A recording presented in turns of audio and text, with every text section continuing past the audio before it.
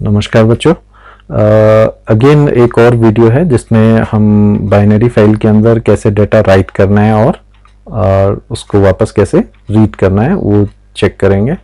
तो इस प्रोग्राम के अंदर हम बाइनरी फाइल के अंदर एक डेटा राइट कर रहे हैं डिक्शनरी के थ्रू। पहले हमने जो एग्जांपल लिया था उसमें हमने लिस्ट के थ्रू डेटा राइट किया था। तो अगेन इंपोर्ट पिकल मॉड्यूल को इंपोर्ट करेंगे, फिर फाइल ओपन करेंगे राइट बाइनरी मोड में। फाइल का नाम आप दे दीजिए कुछ भी, मैंने यहाँ dic.bin दिया है। उसके बाद आप एक डिक्शनरी ऑब्जेक्ट ले लीजिए।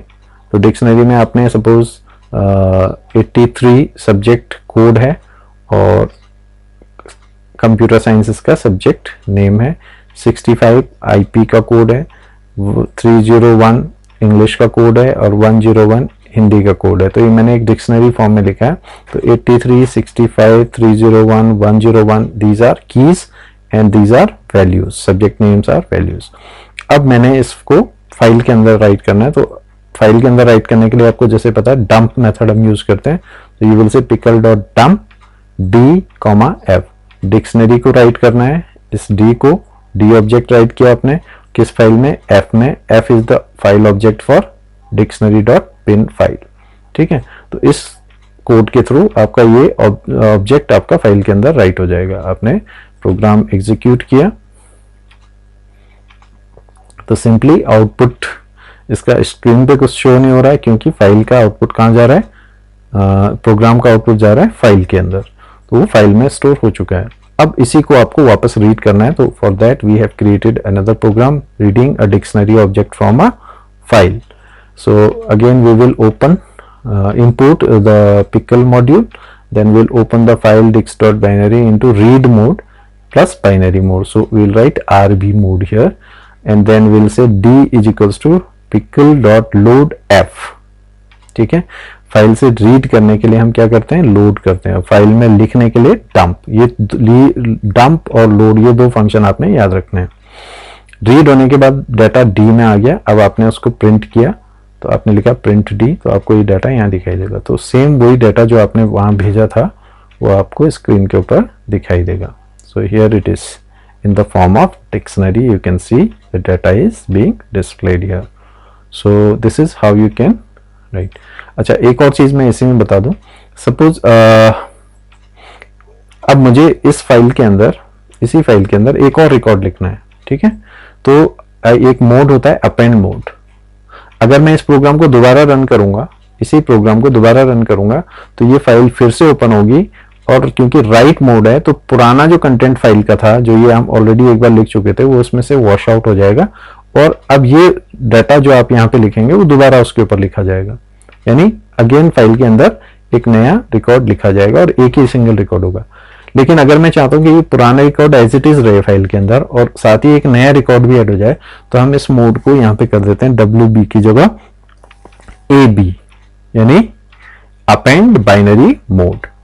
तो अब सपोज मैं यहाँ पे इसको कुछ और दे देता हूं। सपोज यहाँ मैं कर देता हूं 41 होता है शायद मैथ्स का, maths, then 42 I think physics,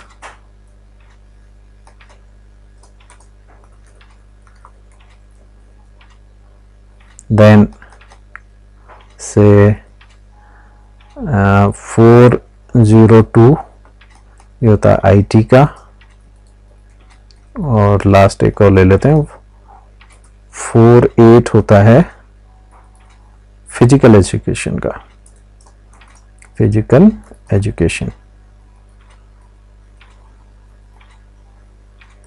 physical education.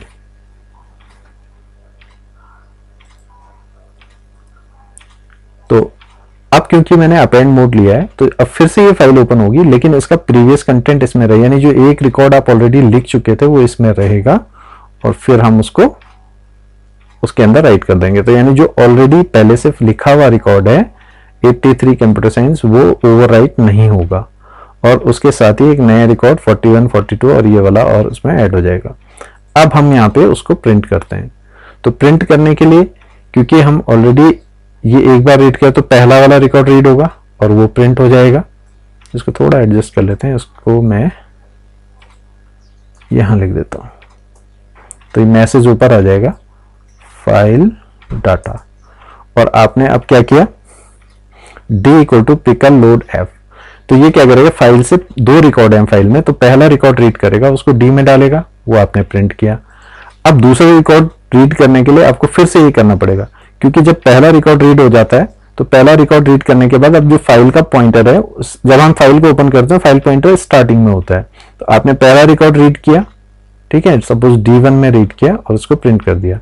अब दूसरा रिकॉर्ड आप रीड कर रहे हैं, तो अब आपने दूसरा रिकॉर्ड d2 में रीड किया और उसको प्रिंट किया।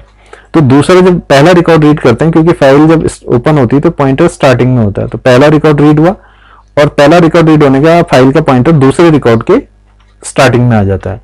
तो अब जब आप दोबारा पिकल डॉट लोड करेंगे तो अब जहां भी फाइल पॉइंटर है वहां से वो एक और रिकॉर्ड रीड करेगा d2 में और उसको प्रिंट कर देगा। अब आप इसको रन करके देखिए, so you can see both the records are there.